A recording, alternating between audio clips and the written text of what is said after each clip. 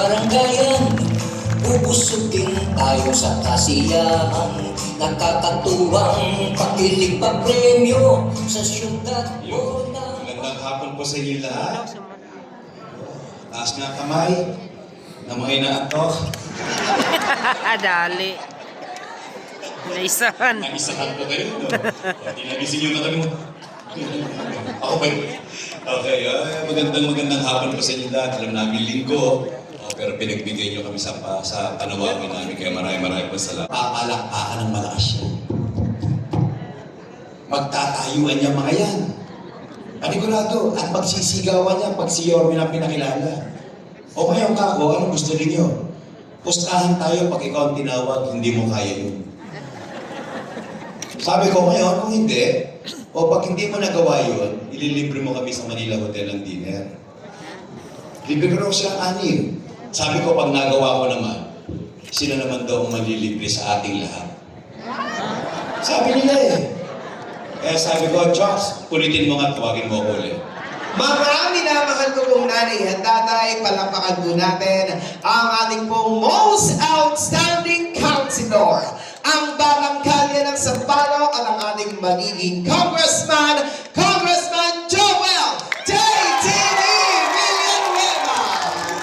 Sa barangayan, ubusugin tayo sa kasiyahan. Nakakatuwang pakilig pa premyo sa syudad mo ng batang kalye. Ang inam sa larong kalsada, mga mahusay mag-shoot ng bola. Bigay hilig ni Konsehal JTV, mga batang Sampaloc ang bida dito. Pinamaliit ako ng mga ito eh.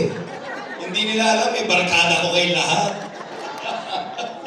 Mamaya, abangan nila yung dinner ha, Manila Hotel ha. Mayari kayo. Okay, magandang hapon po sa inyo lahat. Muli, ayun ako, nakakatuwa naman at linggo. Pumunta kayo dito. Pero alam po ninyo, itong imbitasyon ito'y seryosong patawag.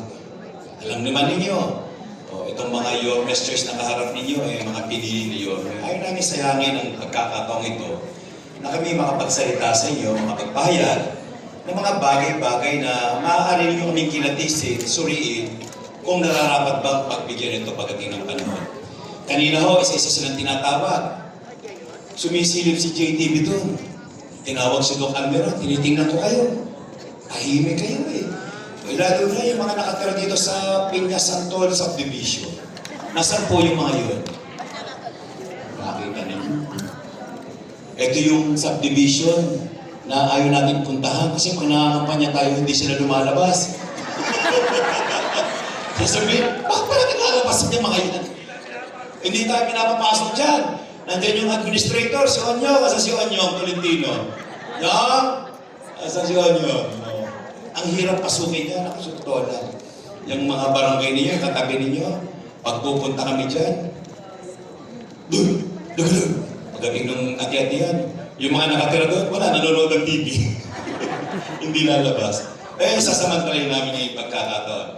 Tinatawag yung mga kasama ko, nagsasalita. Tinitingnan mo kayo doon. Gumaganon kayo. Saan kasama mo? Pwede itong isa. Malamig kasi. Yung isa, nagsasalita. Ihin. Pwede. Magaling. Abogada. Pwede ito. Magaling na magsalita ito. Maraming nagawang batas. Pwede. Gumaganon kayo. At habang nakikita ko kayo gumaganong-ganon, ninenervous naman ako doon sa gilid. Kasi tatawagin ako eh. Nung tinawag ako, sabi, ang susunod na Congressman Sampaloc, ang most outstanding councilor ng City Council 2024. Siyempre, tingnan niya natin ang ibubuga nito. Alam ko ang iniisip ninyo, gusto nyo sabihin sa akin, sige JTV, makikinig kami ngayon sa iyo. You have the floor. Papakinggan ka namin. Congressman to, tatakbuhin mo, tanda mo, hindi na 6 to. Dati pag binoboto ka namin, meron pa kaming 5. Ibig sabihin, 6 kayo. Ngayon, ang realidad, pag may binoto kayo at hindi ako porsyonada ninyo, sinida ninyo, hindi nyo na ako maboboto. Tama? Kasi isahan lang. Pero pag ako naman ang porsyonada ninyo, hindi nyo na maboboto yung katunggali ko. Tama rin. So dapat isa lang talaga sa dapat mapili ninyo. Kaya Gagalingan ko ngayon. Okay. Unang-una, JTV Congress ito. Ang tawag sa pinagdadausan ng session ng mga congressman, Batasan Complex. Batasan Complex. Ibig sabihin, gawaan ng batas ito, JTV. Dapat marunong kang magsalita, magpahayag ng iyong saloobin, at kapag may pinag-uusapang isang bill, dapat nakikisali ka para ang boses ng sampalok ay papahayag sa loob. Tama naman. O kaya sabi, isa lang palang pipiliin, batasan. JTV, 3 termino ka nang naging konsyal namin sa loob ng 8 kalahating taon. Ano naman ang nagawa mong batas sa loob ng konseho na pinapairal na sa lungsod ng Maynila? Lahat po ba kayo may pamaypay dito? Yung sa akin galing. Meron po. Tabi nyo, meron ba dito may hawak sa inyo? Yan, pwede yung mahirap sandali. Ito po, yan. Ito po, ito maganda lalaki dito. Okay. Huwag niyo itatapon ito. Pahiram niyo sa kasama niyo sa bahay. Okay. Total, tinatanong niyo ako, may nagawa ka bang batas JTV? Pakinggan niyo po ako, ha? Unang-una, sa pagnanais ko na maging malinis ang ating paligid, hindi lang ang inyong barangay, hindi lang ang ating distrito, kundi ang buong Maynila, gumawa tayo ng batas na naghahangad ng kalinisan sa lahat dito sa lungsod ng Maynila.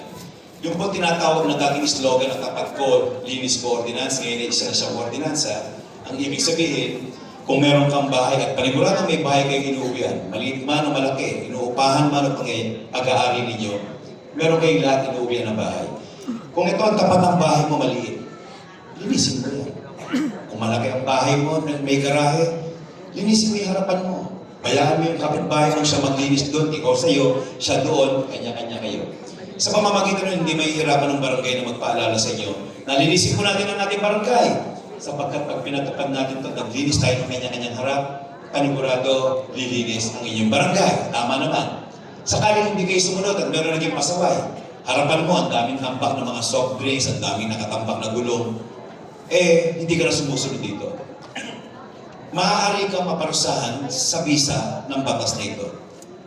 Itong gumawa ng batas na ito, na nagnanais ng kalinisan, ang nanguna sa pag-akda para maging batas ito sa lungsod ng Maynila, konsihal ninyo sa 4th District of Manila, walang iba kundi si Councilor Joel JDB Villanueva. Ano yun? Nakuha ko yung idea nung aking barangay chairman pa. Ako yung naging barangay kagawad sa edad na 23. Naging barangay chairman ako sa edad na 26. At nung ako yung naging barangay chairman sa murang edad na yan, ang aming barangay, sa may de la Puente, Vicente Cruz, Andres Permesa at J. Marsa, yung kalye kong maliit na ganito, akala mo lagi, piyesta. Bakit? Kasi yung mga constituent ko, panaglaba, sinasampa nila yung damit nila sa may kawad ng kuryente, cable wire, sa may poste ng barangay. So, minsan may bisita ako, sabi sa akin, parang piyesta ba sa inyo? Hindi, sa August pa. Sabi, bakit? Akala ko piyesta. Banderita. Nakasampay yung mga duster, short, brief, panty, bra. Nakaganon. Nakakahiya nga pala talagang tignan. Kaya nung nagpatawag ako ng barangay assembly, kinausap ko mga constituents ko, mga kabarangay, ako na ang chairman ninyo. Itong 26 anyos na ito, gusto ko po malinis ang ating barangay.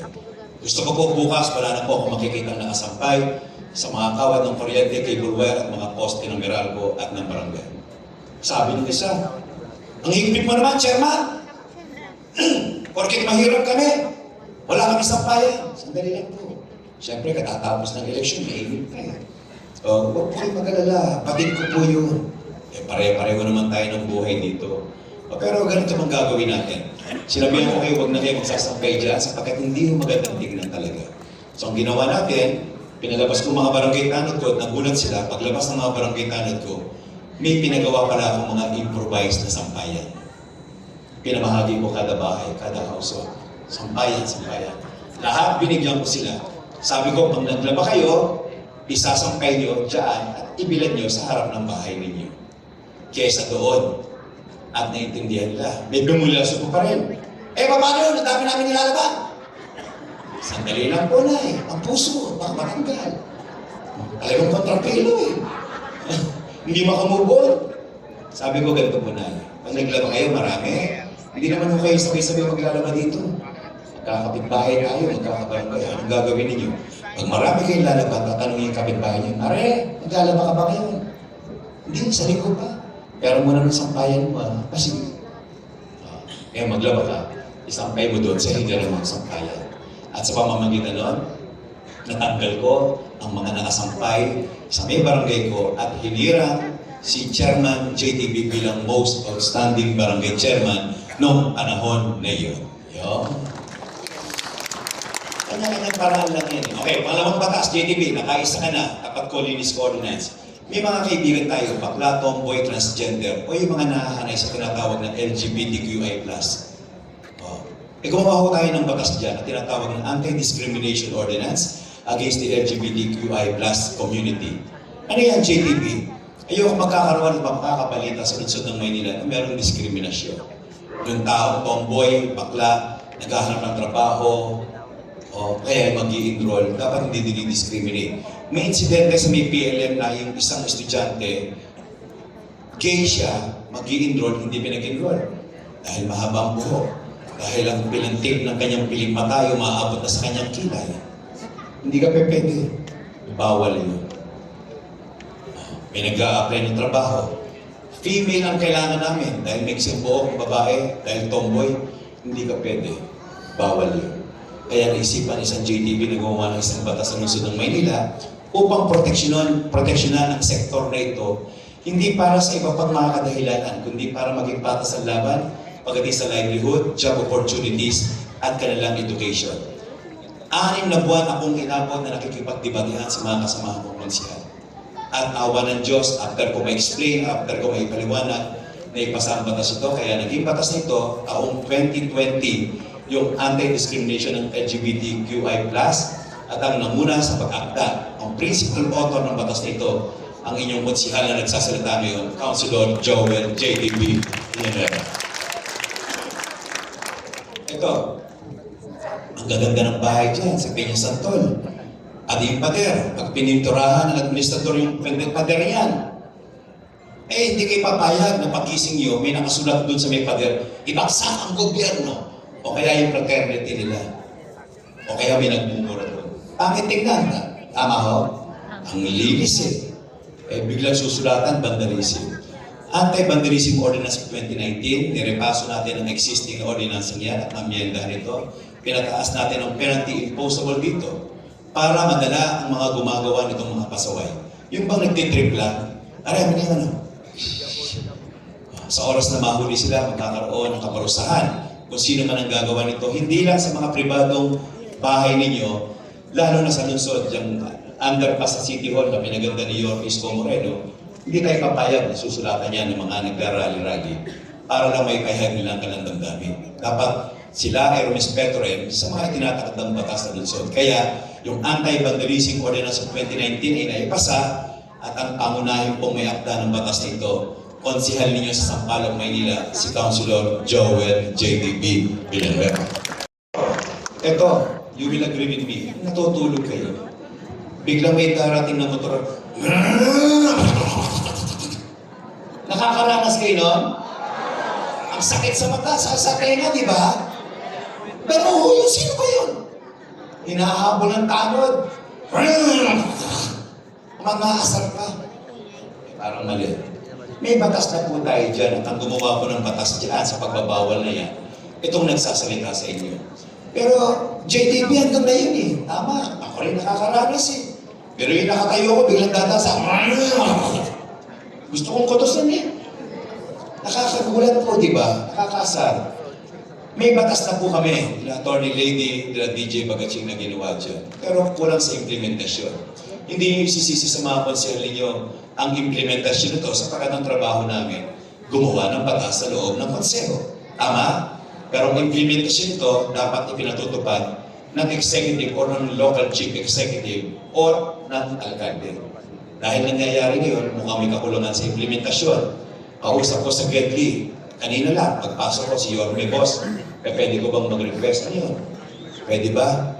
Pagbalik mo sa City Hall, ipatupad na natin to at tigilan at wakasan na natin itong mga pasaway at mga maiingay ng motorsiklo. Alam mo sinabi ni Yorme? Sabihin mo sa kanila, asahan nila, pagbalik natin, matatapos na ang problema sa ingay ng mga motorsiklo yan dito sa Luzon ng Maynila. Kaya alam niya yan. Panglima, an ordinance adopting certain zoning regulation responsive to the new normal and providing for enforcement. Ano ibig sabihin ito? Yung Piña Santol Subdivision, Doña Maria, Tomas Pinpin, at yung Sosiego, yung, ano isa? Silencio. Residential yan. Ibig sabihin, hindi kayo pwedeng mahaluan dyan ng commercial or industrial na mga establishment. Kasi pag naghalo yan, industrial, commercial, and residential, unfair sa mga naninira sa residential, ang babayaran nilang pamilya, tataas, dahil meron silang commercial and industrial company doon sa lugar nila. Kailangan mapanitili ang pagiging residential ninyo para ang pagbabayad ninyo ng real property tax ay tama at patas lamang.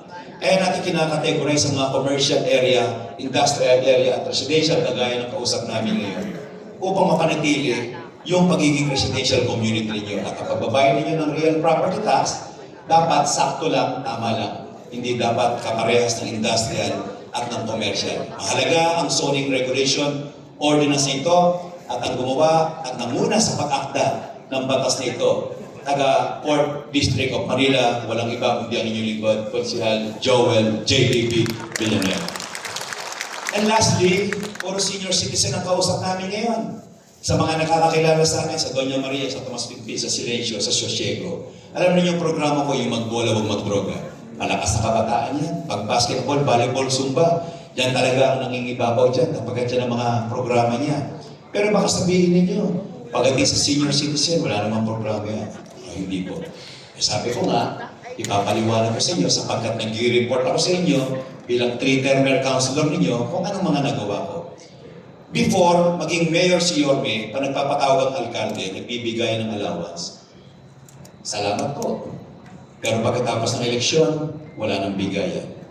Sumunod na buwan, wala na. Natataka yung mga senior, bakit ganun? Nung bago mag-eleksyon, panay ang bigay sa amin. Ngayon, wala na. Nangyayari dati, tama? Pero nung umupo si Yorme, hindi na.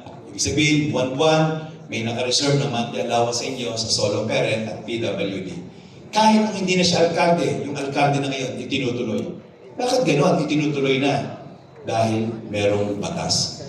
At yung batas nagsasabing dapat maglalaan ang lungsod ng Maynila ng sapat na pondo para masustain ang pagbibigay ng social amelioration sa mga senior citizen, solo parent, at mga PWD ay mahalaga.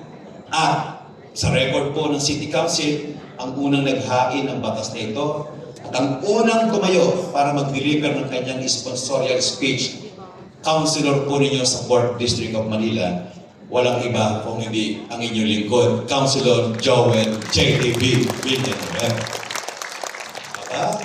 JDB? Ngayon lang namin nalaman ng napakaraming magagandang batas na ginawa mo bilang mambabatas. Mukhang nababagay ka nga sa Kongreso. Salamat. Mukhang nababagay ka nga sa Kongreso. Sapagkat siya ng trabaho ng Congressman, tama? Mukhang hindi kayo maargabyado. Mukhang pwede niyong itaya yung iisa ninyo at iisa nating boto.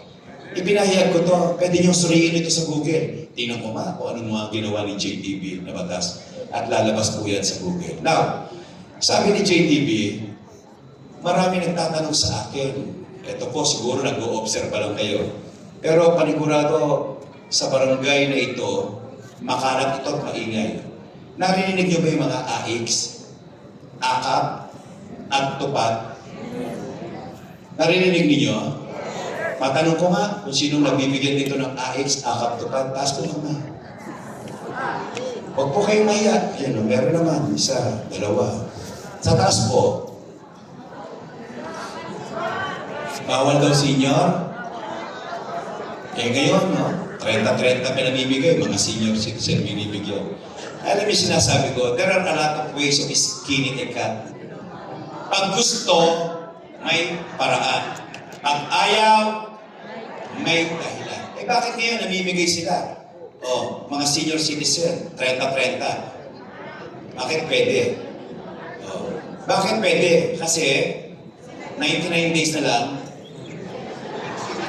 Di ba nagsabi niyan, election na. Para malaman ninyo, sabihin ninyo kung mali si JTB. Hindi tumaas ang karamihan sa inyo, hindi nakakatanggap, pero naririnig ninyo. Nakakabalita kayo ng inyong kapitbahay, nakakatanggap, tama? At sasabihin nyo lang, pag umuwi yung kapitbahay ninyo, may grocery. Tsaka galing, nakakuha akong tupad eh. Sasabihin mo, sana all. Tama? Tapos susunod, after ilang month, may dala ka na naman. Nabigyan ako eh. Ano? AX. Tupad? AX meron ka rin? Eh, hindi ka kasi malakas na tagalista eh. Sabi mo na naman, sana all talaga. Nangyayari eh? Dito, tama? Ibig sabihin, parehas din sa sigaw nila. Ganyan din yung nangyayari talaga. Ibig sabihin, nangyayari pala talaga. Kayo'y hindi natutuwa doon. Hindi kayo natutuwa. Sa taas mo, hindi natutuwa. Hindi. Papalalahanan ko lang kayo. Papalalahanan ko lang kayo. Hindi kayo natutuwa doon sa sistemang ginagawa nila ngayon. Baka magkamali kayo. May boto nyo na naman sila ulit. Baka pag-uwi ninyo, may form na kayo sa bahay. O yan. Pinabibigay, may tupad ka na. Talaga? Sabi nung kasama, uy, baka makalimutan ko si JDP. Kayaan mo siya. May tupad na ako eh. Nakalimutan nyo na. 8.5 years wala. Ngayon meron. Ay, pinapalalaan. Ang ingay ninyo eh. Tandaan ninyo. Kung umiingay kayo, ayaw ninyo yung nangyari for 8.5 years. But all of a sudden, meron na bigla. Sabi nga ni Albert Einstein, na lagi kong sinasabi ito, pakinggan nyo ito ha. Sabi ni Albert Einstein, do not expect a different result will come to you tomorrow. If what you did today is the same as yesterday. Naintindihan po ninyo? Ako rin hindi eh. Minemorize ko lang doon sa likod yun eh. Ang ganda kasi sa pangdinig eh. Sabi niya, hindi. Ako rin. Hindi, papaliwanag ko ha. At least honest ito. Hindi. Masarap ng pakinggan. Eto, tinin nyo. Umaamal kayo. Mali. Ganun niya. Pilihan lang, sila lang. Talaga, ayaw namin. Sabi ni Albert Einstein, huwag kayong aasa na magkakaroon ng pagbabago sa hinaharap sa nangyayaring maling sistema ngayon. Kung ang gagawin ninyong pagdidesisyon at pagboto ay parehas pa rin ng kahapon. Tama ba?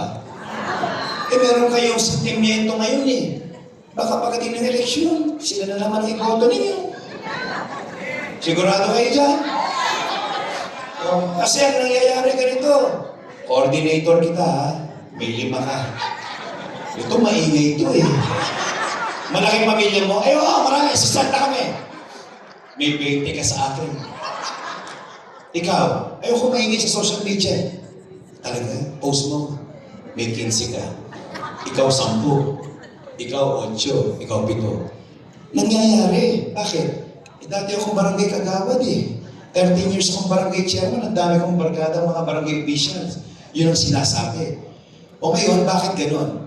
Yun ang pagbigyan ng 5, 10, 15, 20. Pero pang akong kilala, 50. Sobrang lakas. At ang labanan, hatian.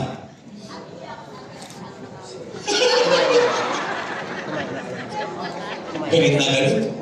Okay. Ang nangyayari doon sa binigyan ko, ganito. Dahil binigyan siya, siyempre akala niya kanya. Hindi ko nila lahat. Yung iba na may pinamamahagi ng tama. Pero yung binigyan, kunyari 10. 6-4 ang isa. 6-4 ang isa, tupad. Pag kinonvert mo times 10, that's 64,000. Gagawin ng binigyan na leader. Bibigyan kita ha. 2,000 ka lang. Ha? 6-4 to ha. Ayaw mo. Kung ayaw ko, ibibigay ko sa kanya. Siya payag. O sige, payag na ako. 2,000. Basta yung 4-4, balik mo sa akin. Tama yun?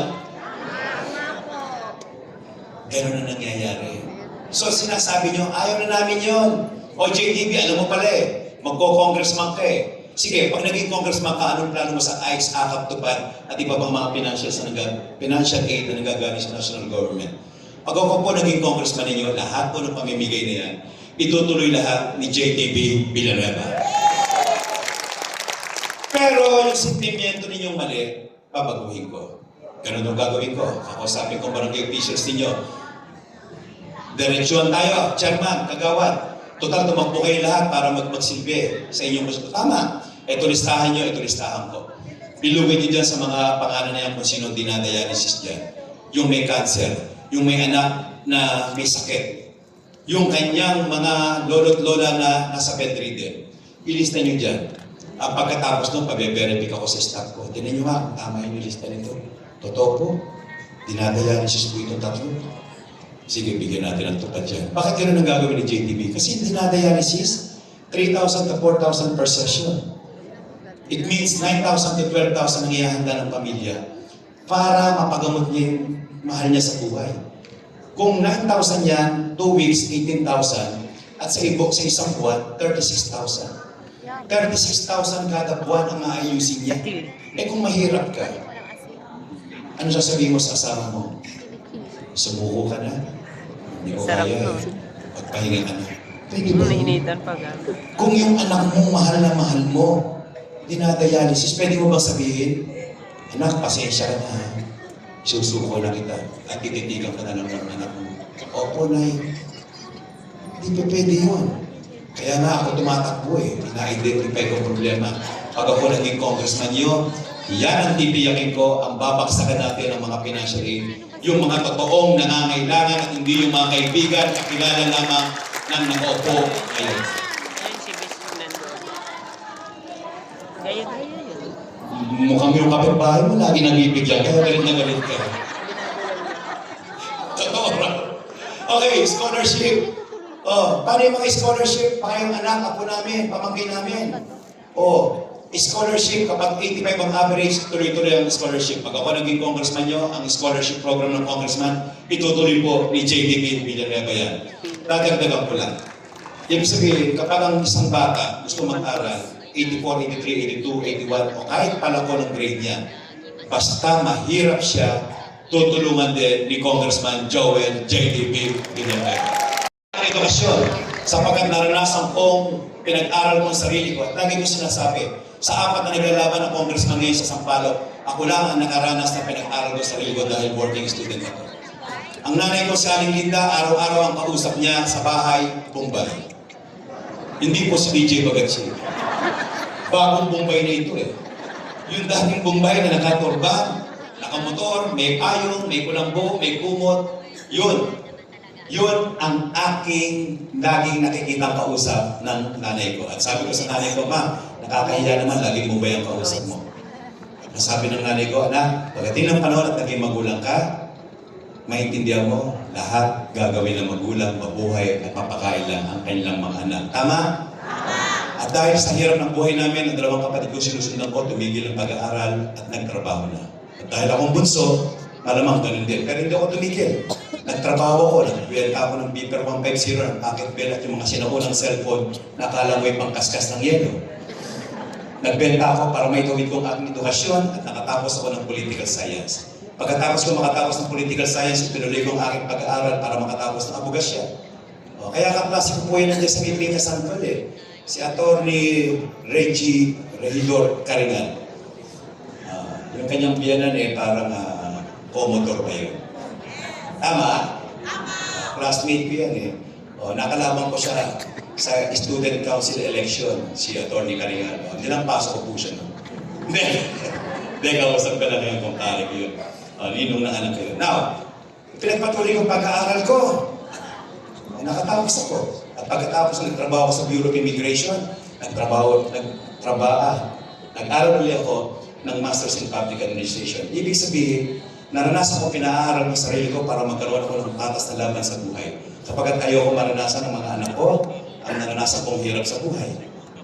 Pinag-aaral ko sarili ko. Kaya nga, ngayon, meron kami 3 supling ng aking asawa Tatlo yun, at yung panganay ko, dahil pinag-aral namin, talagang nagsumikap kami, yung panganay ko ngayon ay isa na pong doktor.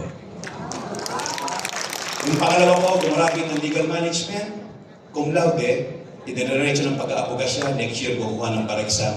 Sana, may awan Diyos, maging abogado.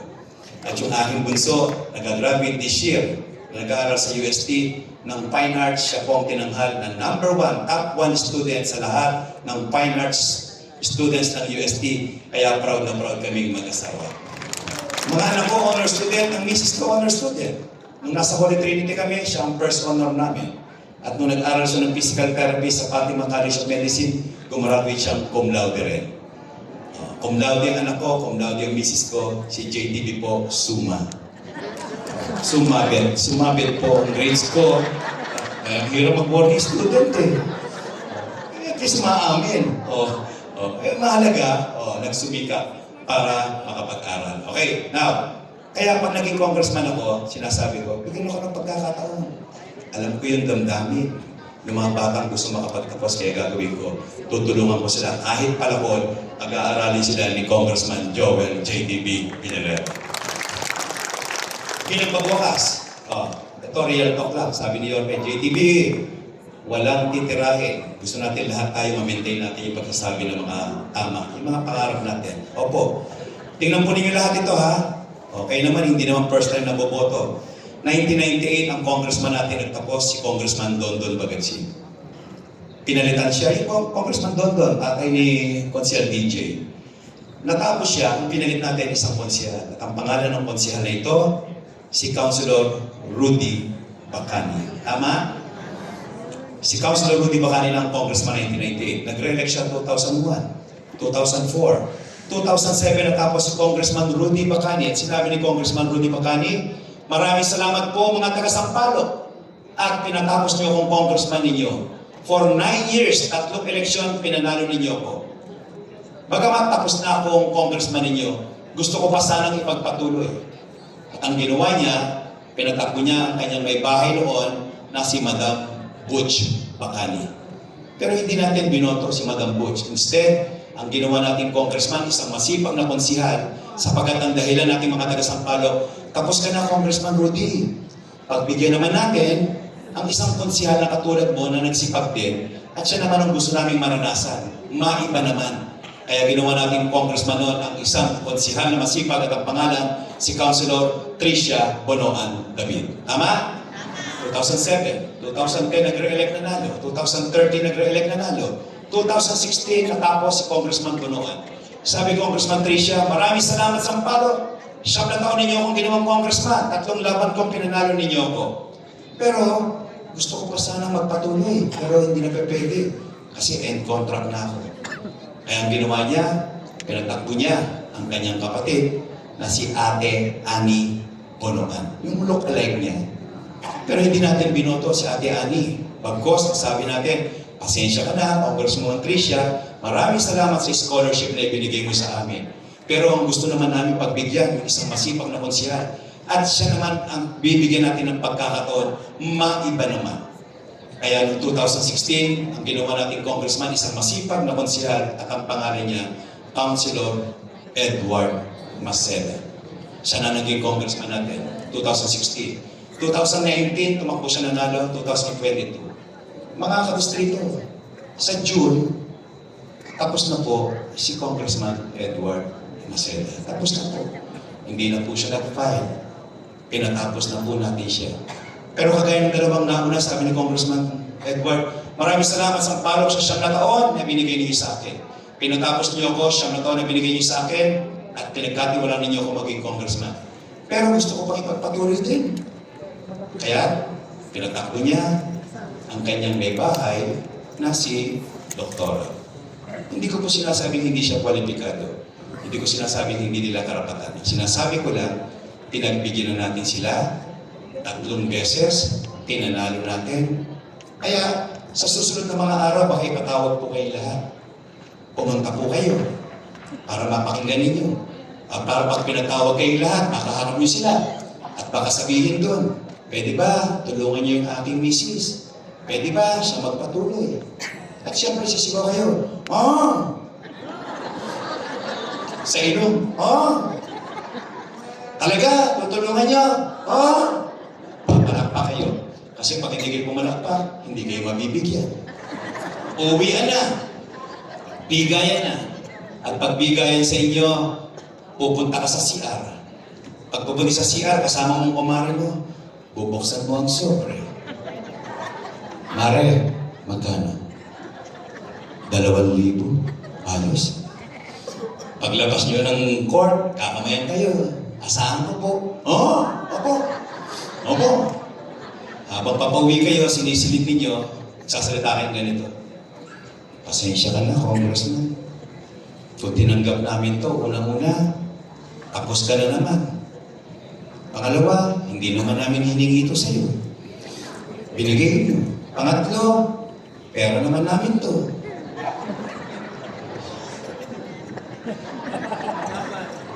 Pang-apat, pagdating sa May 12, ang gusto naman namin pagbigyan at gawing congressman para maiba naman si Congressman Joel J.D. Wing.